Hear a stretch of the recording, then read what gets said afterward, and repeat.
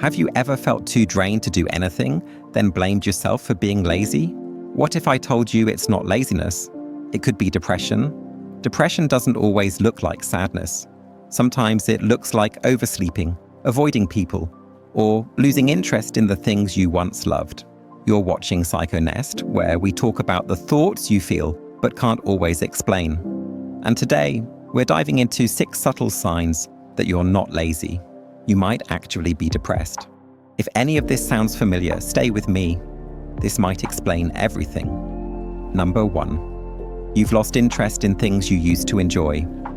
Let's start with something a lot of people overlook. You used to love painting, going to the gym, playing music, or just hanging out with friends. But now, the thought of doing those things feels exhausting, almost pointless. This isn't you being lazy, it's called anhedonia, a key symptom of depression where your brain stops releasing the usual dopamine it used to. It's like the joy switch has been flipped off, and when you stop doing things you love, your emotional energy drops even further, which leads us straight to the next sign. Number 2. Constant fatigue, even after sleeping. You sleep for 8 hours, sometimes more. Yet when you wake up, it's like you've run a marathon in your mind. Everything feels heavy. Your body is awake, but your mind isn't. This kind of exhaustion isn't fixed with caffeine or naps, because it's not physical tiredness, it's emotional and mental fatigue. And that's where people around you may misjudge. They'll say, just get up and do something. But they don't see the weight you're carrying internally. And speaking of sleep, there's another layer to this. Number 3, trouble sleeping or sleeping too much.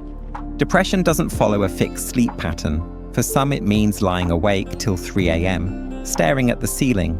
For others, it means sleeping all day just to escape reality. And even if you sleep longer hours, you don't wake up feeling rested, just drained. This constant battle with sleep further messes up your routine, your motivation, and your mental clarity. And that leads directly into the next sign, something you may not even notice at first. Number 4, changes in appetite. Ever noticed how your eating habits change when your mood shifts? Some days, you may eat everything in sight. Not because you're hungry, but because you're trying to fill an emotional void. Other days, you can go without eating and not even feel it. Depression affects the brain's reward system. Food either becomes comfort or feels like a chore. Neither is healthy, and both are signs your mental state is trying to cope with something deeper. And while appetite changes can be visible, the next sign is often silent and dangerous.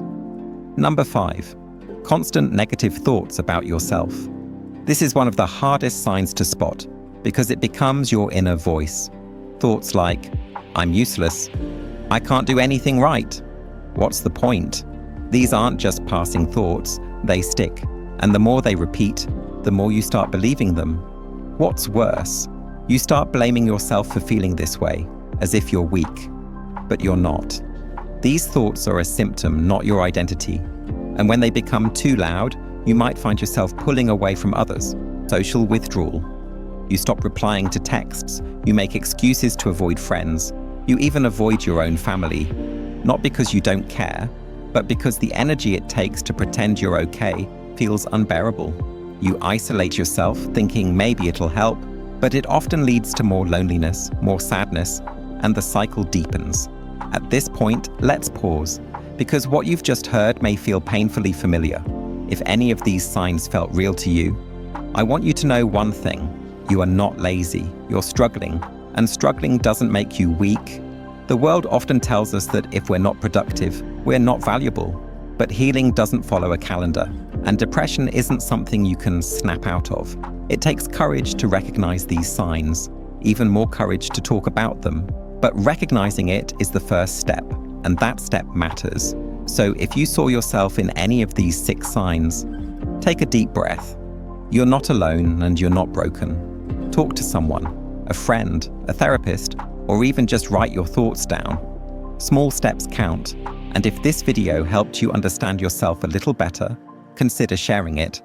Someone close to you might be silently going through the same thing. This is Psychonest, and we're here to have the conversations most people avoid, but need to hear. Until next time, be kind to yourself. You're doing better than you think.